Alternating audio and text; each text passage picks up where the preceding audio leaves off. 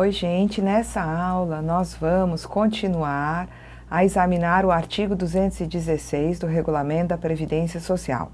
Vamos iniciar essa aula examinando o parágrafo 7º do artigo 216. Mas antes vamos examinar de que trata esse parágrafo.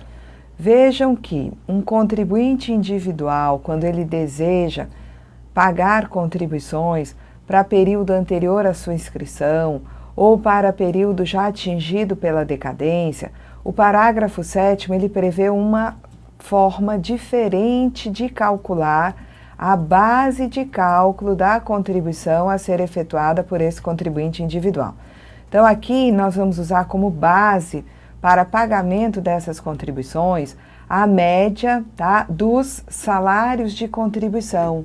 Na verdade, a média dos maiores salários de contribuição correspondentes a 80% de todo o período contributivo desde julho de 94.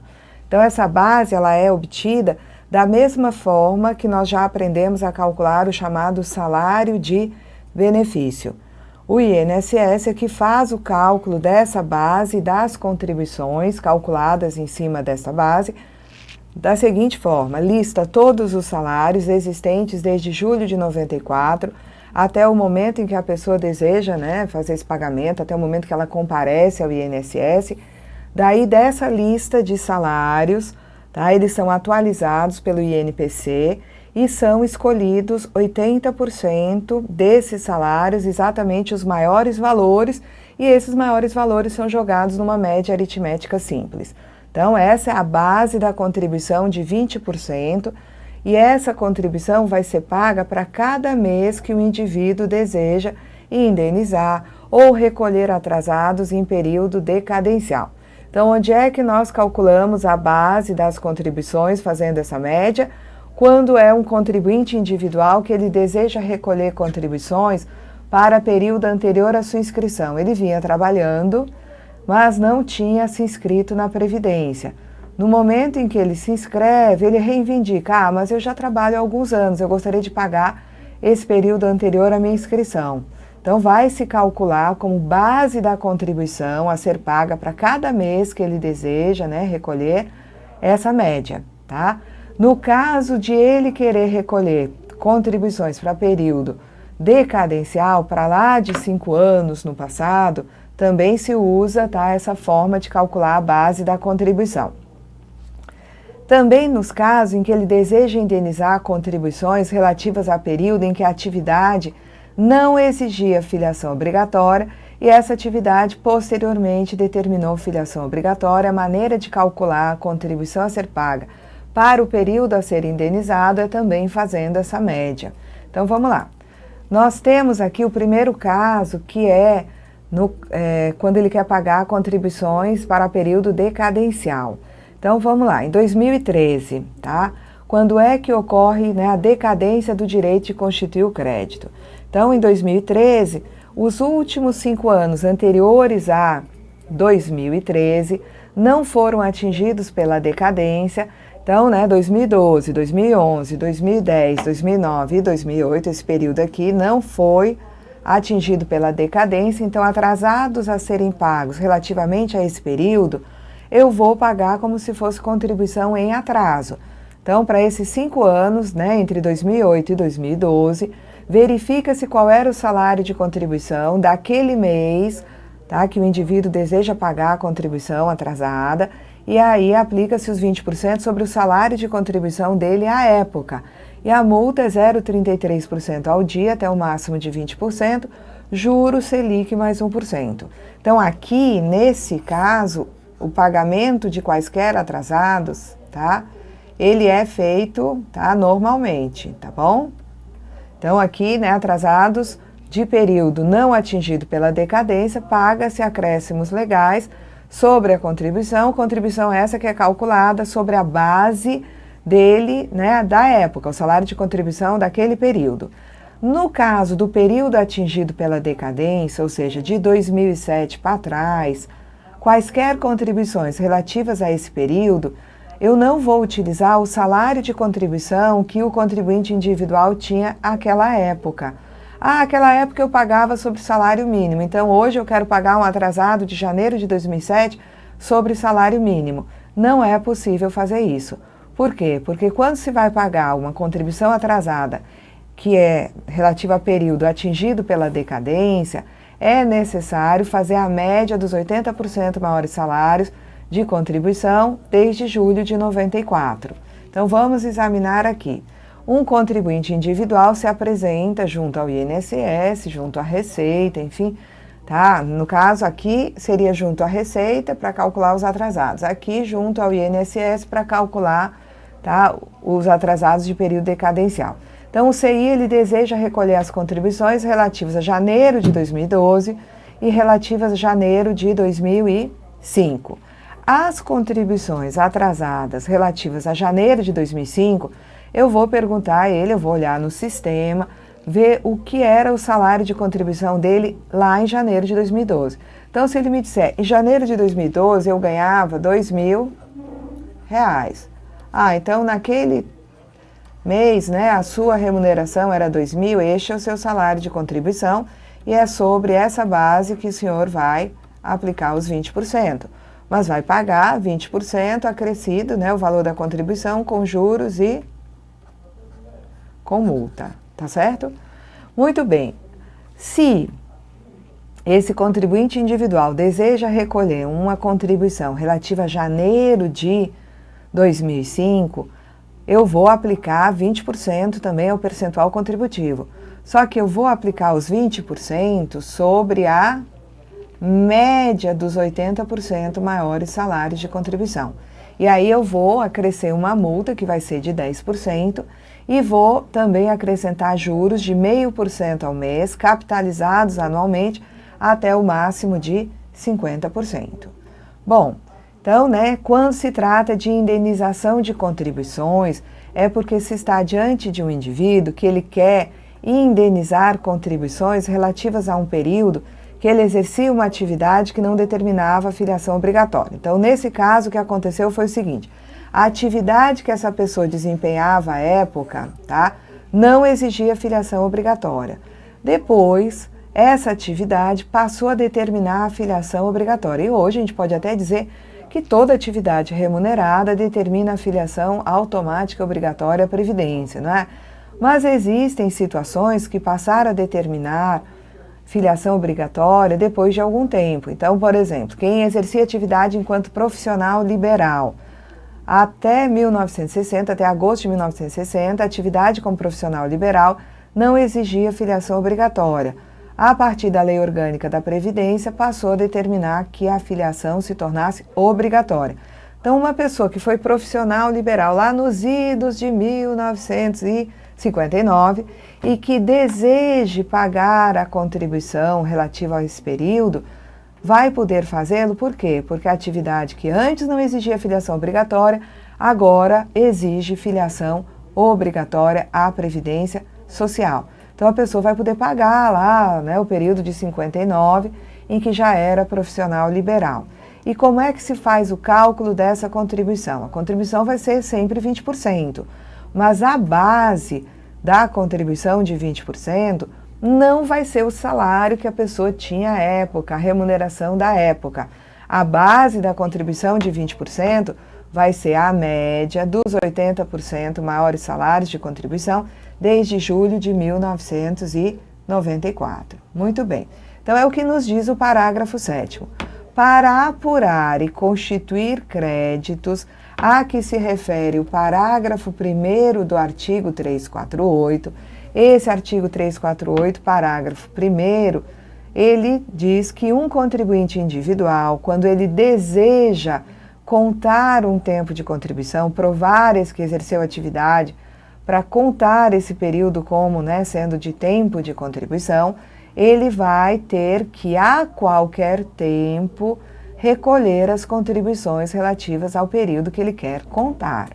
Então, para apurar e constituir esses créditos, a Seguridade Social utiliza como base de incidência para as contribuições que vão ser pagas o valor da média aritmética simples dos maiores salários de contribuição, correspondentes a 80% de todo o período contributivo decorrido desde a competência julho de 94. E vai usar esses salários do período de julho de 94 em diante, mesmo que não tenham sido recolhidas as contribuições nesse período, tá? E os salários vão ser corrigidos mês a mês pelo índice que reajusta os benefícios. Então, esse índice é o INPC. Então, nós vamos pegar os salários do indivíduo desde julho de 94, corrigir todos pelo INPC. Do período, eu escolho 80%, tá? Correspondendo aos maiores salários.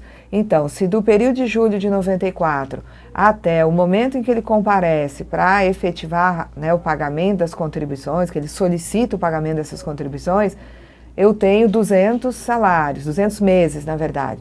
200 meses, eu utilizo 80% desse período, ou seja, 160 meses. Eu vou escolher os 160 meses que tenham o maior salário os maiores salários de contribuição. Atualizo todos e jogo na média, obtive assim a base de cálculo da contribuição de 20% que vai ser paga, né, para poder contar o tempo de contribuição.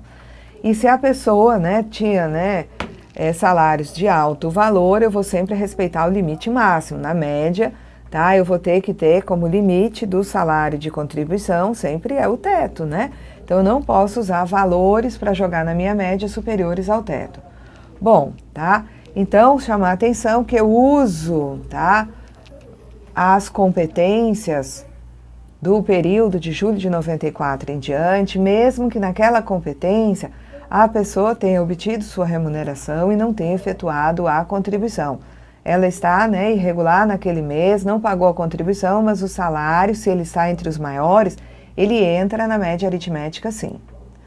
No caso de o segurado manifestar interesse em indenizar contribuições relativas a período em que o exercício de atividade remunerada não exigia filiação obrigatória à Previdência Social, aplica-se desde que a atividade tenha se tornado de filiação obrigatória, disposto no parágrafo 7º.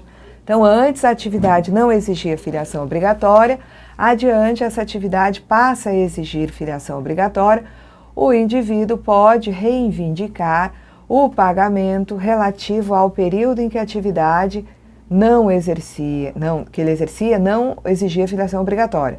Então, ele era médico profissional liberal no ano de 59, primeiro semestre de 60, ele não era obrigado a pagar a Previdência. A atividade por conta própria passou adiante a determinar a filiação obrigatória. Se ele quiser pagar esse período em que ele já era médico, mas não era obrigado a contribuir, ele hoje pode chegar no INSS e dizer, eu quero pagar o ano de 59, eu quero pagar o primeiro semestre de 1960 para contar como tempo de contribuição. E ele pode fazer isso, desde que ele se submeta a pagar 20% sobre a média dos 80% dos salários de julho de 94 em diante. Muito bem. O disposto no parágrafo 7º, quanto a calcular a contribuição de 20% sobre a média dos salários desde julho de 94, não se aplica àqueles casos em que um contribuinte individual vem pagar contribuições em atraso em período, relativas a período não alcançados, né, os meses pela decadência. Então, assim, se ele quer pagar 2012, 2011, eu não vou fazer média para depois aplicar os 20%. Se ele quer pagar 2011, 2012, porque ele atrasou esse período, para cada mês eu verifico qual era o salário de contribuição dele e aplico 20%. Tá? Eu não vou usar a média como base das contribuições que ele quer pagar porque atrasou o recolhimento e esse período que ele atrasou não é período atingido pela decadência, é um período que está dentro dos últimos 5 anos. Muito bem. Para o segurado recolher contribuições relativas a período anterior à sua inscrição, eu aplico o que está no parágrafo 7º, ou seja, eu faço a média dos salários de contribuição. Isso se é, né, um pagamento para período anterior à inscrição, já atingido pela decadência do direito de constituir o crédito. Somente se faz o reconhecimento da filiação nas situações que nós estamos examinando aqui: pagamento de atrasados relativos a período decadencial, pagamento de contribuições do contribuinte individual anteriores à data de sua filiação, indenização de período em que a atividade não exigia filiação obrigatória. Só se faz o reconhecimento da filiação após o efetivo recolhimento das contribuições relativas ao período em que for comprovado o exercício da atividade remunerada. Então, a primeira providência é: comprova a atividade remunerada naquele período anterior à inscrição, atividade anterior onde não exigia filiação obrigatória aquela atividade, comprova a atividade, recolhe as contribuições relativas a esse período, tá? Calculando conforme a gente está examinando aqui, e aí sim vai se dar o reconhecimento da filiação. Muito bem. No caso de indenização, só um pouquinho, tá? No caso de indenização relativa ao exercício de atividade remunerada para fins de contagem recíproca. Falou em contagem recíproca, a gente está num contexto onde o indivíduo deseja uma certidão de tempo de contribuição para levar aquele tempo de contribuição dele no regime geral para regime próprio ou vice-versa. Então aqui o contexto é de alguém que deseja levar uma certidão de tempo de contribuição do regime geral para o regime próprio, deseja efetuar a contagem recíproca de tempo de contribuição. Então, quando se faz a indenização por conta, de exercício de atividade remunerada em período em que não havia filiação obrigatória, anterior à inscrição, em período, decadencial, porque se quer a certidão de tempo de contribuição, o que vai acontecer? A base de incidência da contribuição vai ser a remuneração da data do requerimento sobre a qual incidem as contribuições para o regime próprio de previdência social. Então, o contribuinte individual, ele exerce atividade por conta própria e ele passa num concurso público, passa a ser servidor efetivo amparado por regime próprio. Então, ele deseja levar a certidão do tempo que ele contribuiu para o regime geral para averbar esse período no regime próprio. Muito bem, só que ele tem contribuições atrasadas relativas a período decadencial. Ele deixou de pagar contribuições porque, enfim, se encontrava em dificuldade, relativas ao ano de 2005. E agora ele quer que o ano de 2005, aquele período de contribuição, também faça parte da certidão que ele vai levar para o regime próprio. Então ele vai ter que pagar as contribuições de 2005 para poder incluí-las na certidão de tempo de contribuição. Muito bem. Ele chega no INSS e diz assim: olha, eu vim aqui porque eu quero pagar o ano de 2005, janeiro a dezembro, tá? Porque eu estava até inscrito, normal, mas eu não paguei. Ah, o senhor quer levar, na sua certidão em tempo de contribuição também o ano de 2005? Pois não. Então, me diga uma coisa, quanto é que o senhor ganha agora como servidor público amparado por regime próprio? Qual é a base das suas contribuições para o regime próprio? Não, vocês não estão entendendo. Eu não quero pagar nada atual de hoje. Hoje eu contribuo para o regime próprio. Eu quero pagar as contribuições lá relativas a 2005. E lá em 2005 eu contribuí era sobre salário mínimo. Então calcule aí, por favor, minhas contribuições sobre o salário mínimo. Não, o senhor não pode pagar período atingido pela decadência sobre o salário de contribuição sobre o qual o senhor contribuía àquela época. Como hoje o senhor é servidor público, amparado por regime próprio, a gente tem que usar como base das suas contribuições em 2005 a sua remuneração atual como servidor público. É isso que o parágrafo 13 está dizendo. Então, o que acontece aqui? Quando se tem a contagem recíproca de tempo de contribuição, tá? O indivíduo foi segurado, por exemplo, especial por 3 anos. Se ele fosse aposentar no regime geral, tá? Era até possível contar até novembro de 91, período como segurado especial, como se fosse tempo de contribuição, sem exigir nenhuma contribuição desse segurado especial, Mas quando um segurado especial, ele exerce atividade, por exemplo, por 3 anos, com o grupo familiar, tá certo?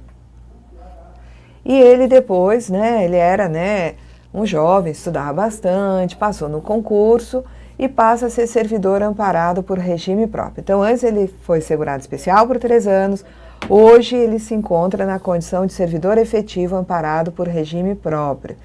E ele, como trabalhou na condição de especial, ele quer levar a certidão do INSS para o regime próprio. Então ele chega lá no INSS e diz assim, olha, eu fui segurado especial por 3 anos e eu queria que vocês me dessem uma certidão de tempo de serviço para eu levar para o regime próprio. Qual a resposta? Sinto muito. O INSS não emite certidão de tempo de serviço, só emite certidão de tempo de contribuição. Ah, então, por favor, emita a certidão de tempo de contribuição para esses 3 anos que eu fui segurado especial. E o senhor contribuiu? Não, então a gente não emite certidão de tempo de contribuição. E como é que eu faço? Porque eu quero contar esses 3 anos, eu trabalhei para valer com a minha família, lá na minha fazenda. Ah, o senhor quer levar esses 3 anos para contar? Então tá, para o senhor levar, o senhor vai ter que pagar as contribuições relativas ao período.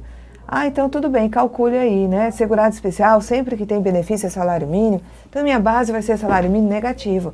Quanto o senhor ganha hoje como servidor público no seu cargo? Ah, hoje eu ganho R$2.000. Ah, hoje como servidor o senhor ganha 2.000 e contribui sobre 2.000?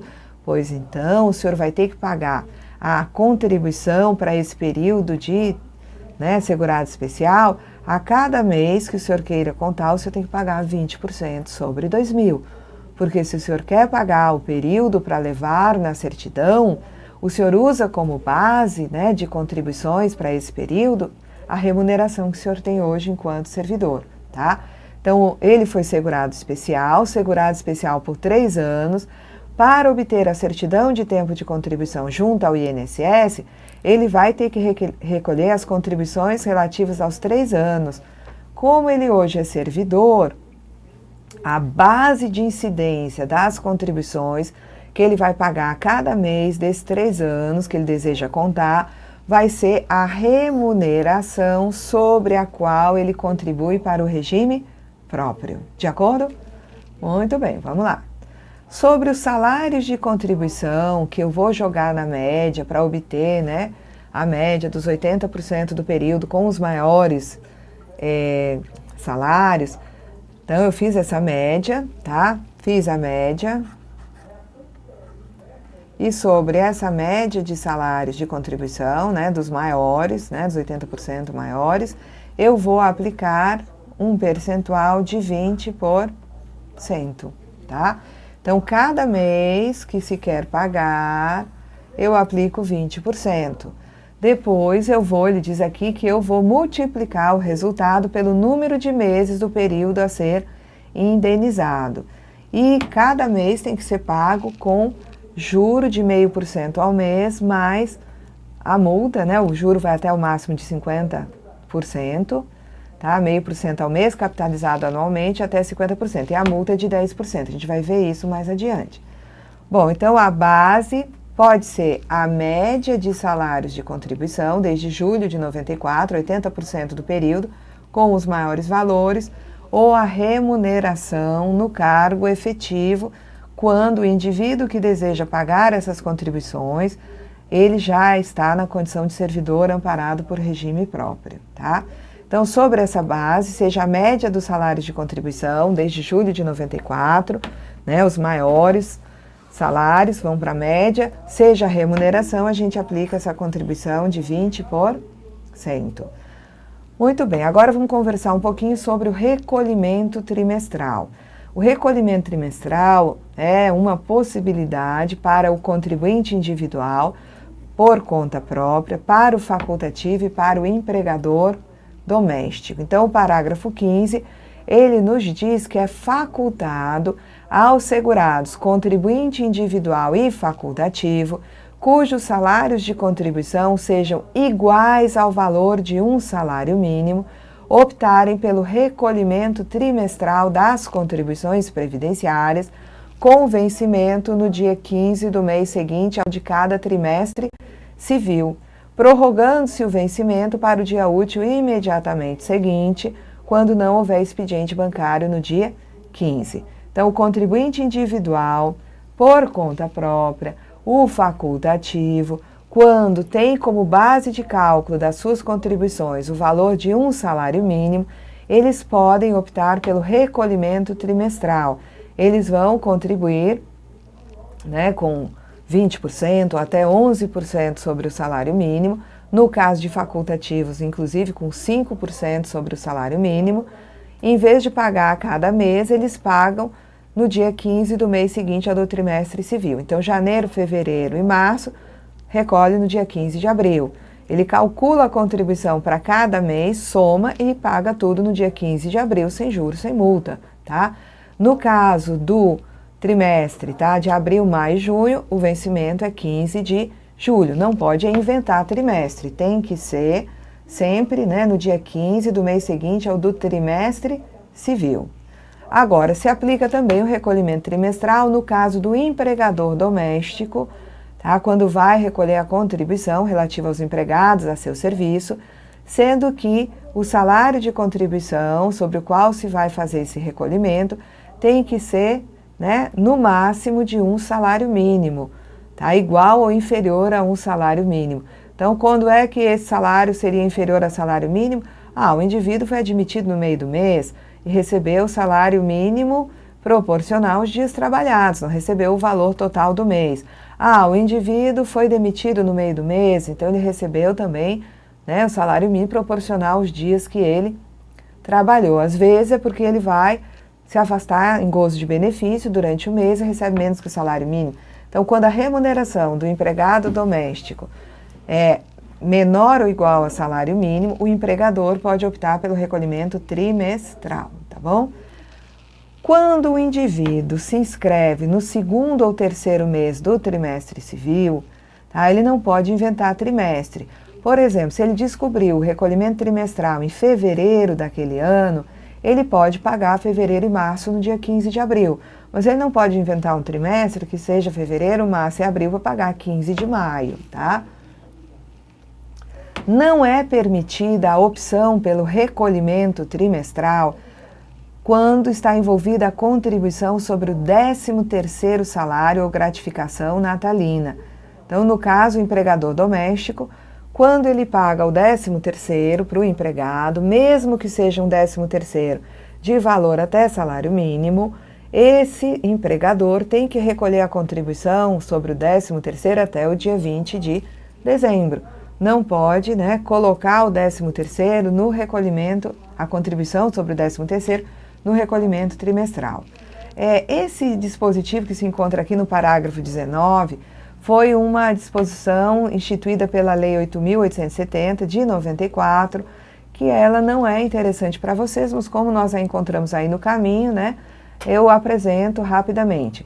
Os hospitais que têm, né, convênio com o SUS, contratados ou conveniados com o SUS, eles, quando têm contribuições devidas à Previdência, a Lei 8.870 permitiu durante um período que fossem compensadas. O hospital, em vez de pagar a contribuição previdenciária, ele vai ter uma dedução do valor que ele tem a receber do SUS. Então, o valor vai ser deduzido do repasse que é feito pelo pagamento de serviços pelo Sistema Único de Saúde. Então, quando o SUS repassa o dinheiro, parte já é, né, destinada, é deduzida para se quitar as contribuições previdenciárias.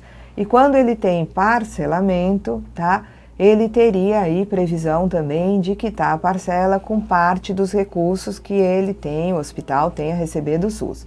Bom, aqui a dedução da contribuição do contribuinte individual é um assunto que nós passamos a examinar a partir da nossa próxima aula. Até lá!